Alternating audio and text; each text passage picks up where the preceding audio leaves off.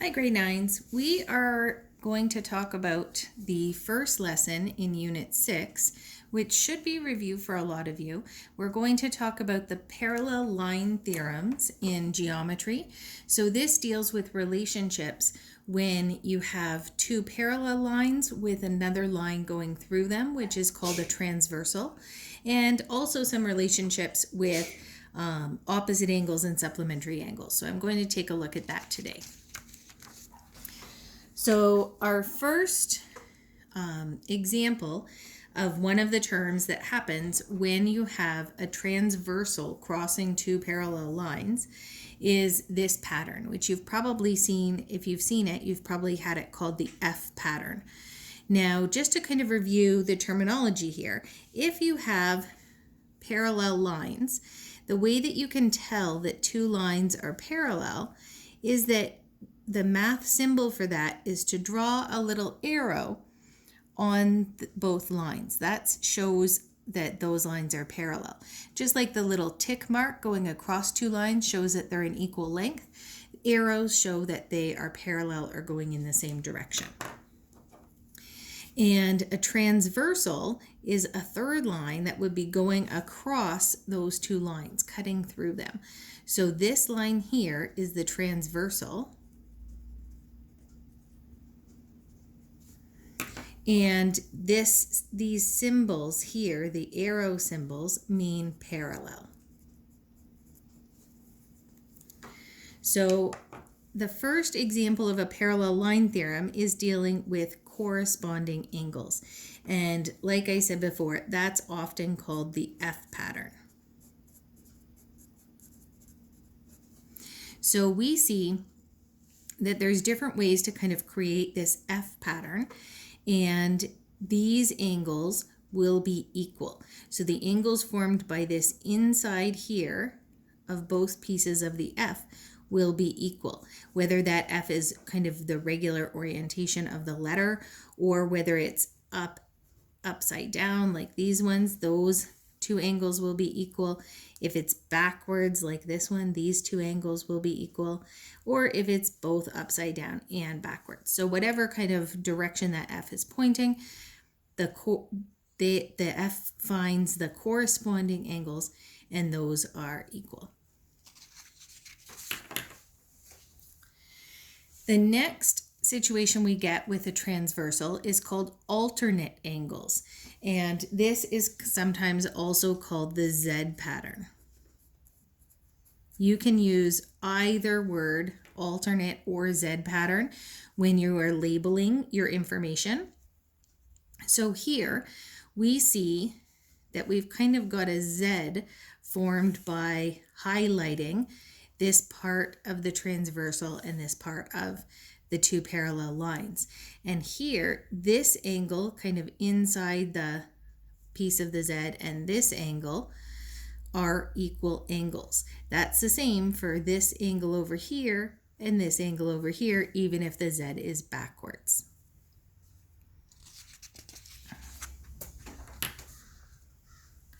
The final situation with a transversal is interior angles, and this one's often called the C pattern.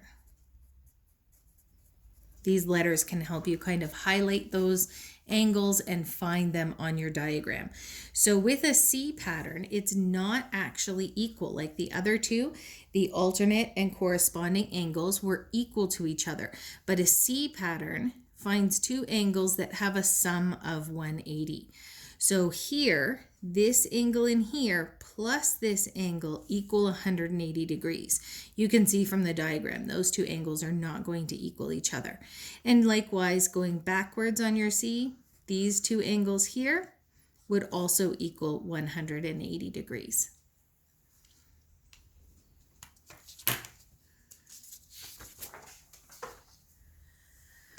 So the last two are not dealing with parallel lines and transversals, but they're just kind of angle theorems and things that we should know about angles when lines are kind of in different relationships. So the first one deals with any two lines crossing. So this doesn't necessarily have to deal with parallel at all, but if you have any two lines that are crossing each other, you will see that these opposite angles in here and in here are going to be equal.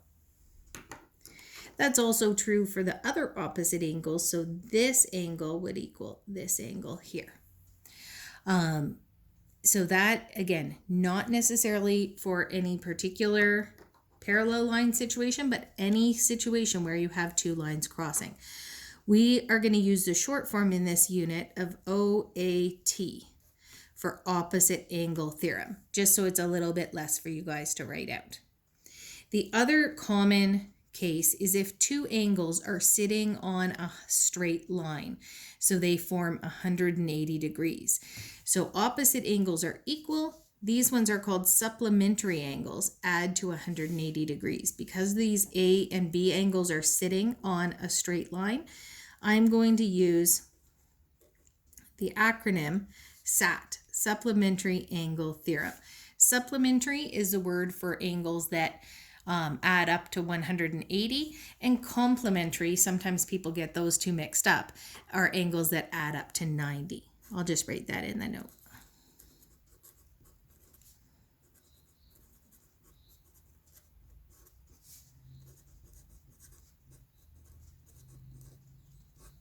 So complementary don't come up as often in real life situations or in kind of diagrams, because you could often have an angle kind of crossing through, or a line crossing through another straight line, where if you draw this line crossing through, that you see these two create that 180 degrees or straight line. So I want to look at our different forms here and acronyms and talk about how many angles are possible when we have this transversal situation. So I'm going to put our three transversal patterns. So F pattern, or corresponding,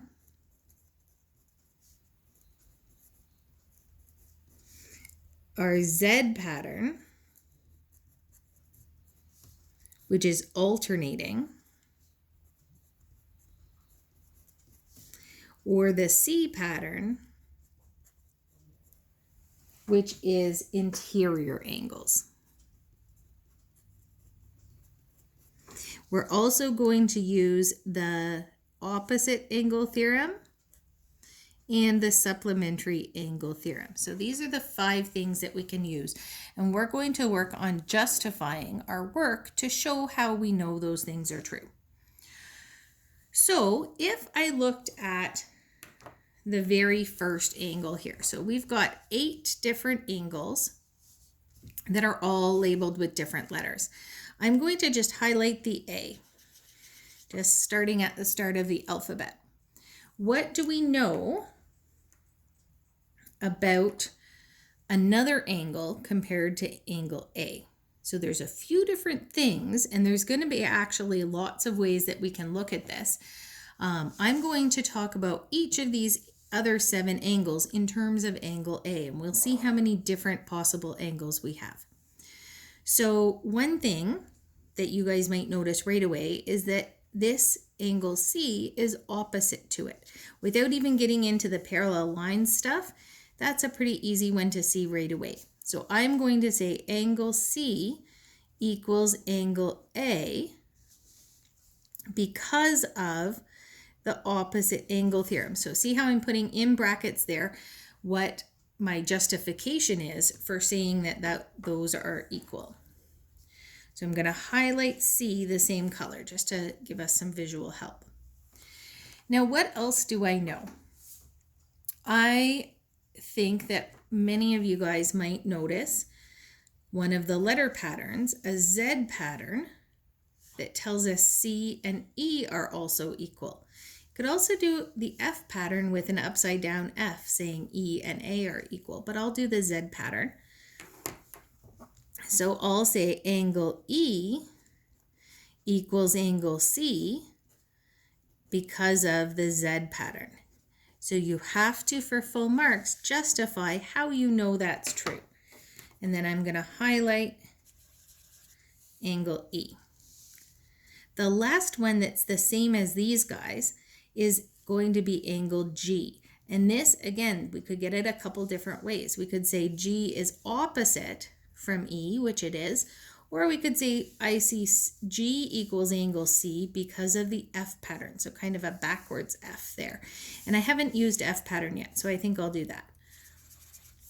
So I'll highlight G in my yellow, and I'll say angle G equals angle C because of the F pattern. So I see that all four of these acute angles, remember acute means less than 90, are equal to each other because of those different rules. And I also have four more angles. Are these ones going to be equal? I think probably visually you can see that they're not. But if we start, say, with the next letter that we haven't dealt with just alphabetically, this angle B. What do we know about angle B? We know that a few different things. We know that it would add up to 180, and you could say that you know that because of supplementary angles with A and B lying on a line, or with C and B lying on this line. Or you could say, I see a C pattern here because B and E are interior angles of this transversal. So maybe I'll say that. I haven't used a C pattern. So I'll say angle B plus angle E equals 180 degrees using the C pattern. Now, what else do I know? I know that B and D are opposite angles, so I'm going to color D the same color. And I'll state over here, angle D equals angle B, and I'll put the acronym opposite angle theorem. Okay. I could say, which one haven't I used? I haven't used supplementary angles, so I think I'm going to look at H and say, I know H is supplementary with E, so it must be the same because B and E added to 180 and H and E also add to 180. So I'll say angle H plus angle E equals 180 degrees because of supplementary angle theorem. And there's lots of different ways to get this. We could say that H formed an F pattern with the D, or it forms a Z pattern with the B. Lots of different ways. I'm just trying to make sure that I show all of the different choices. And then the last angle is F. So this means that F is the same as H, or F is the same as B because of the F pattern. Lots of different choices. I saw the opposite angles first, so that's the one I'm going to write. Angle F equals, angle H because of opposite angle theorem. So we see that we've justified this using all of our theorems, and we end up having a situation where we've got only two different angles. So we have an acute angle and an obtuse angle in this situation, and all 8 angles are one of those two.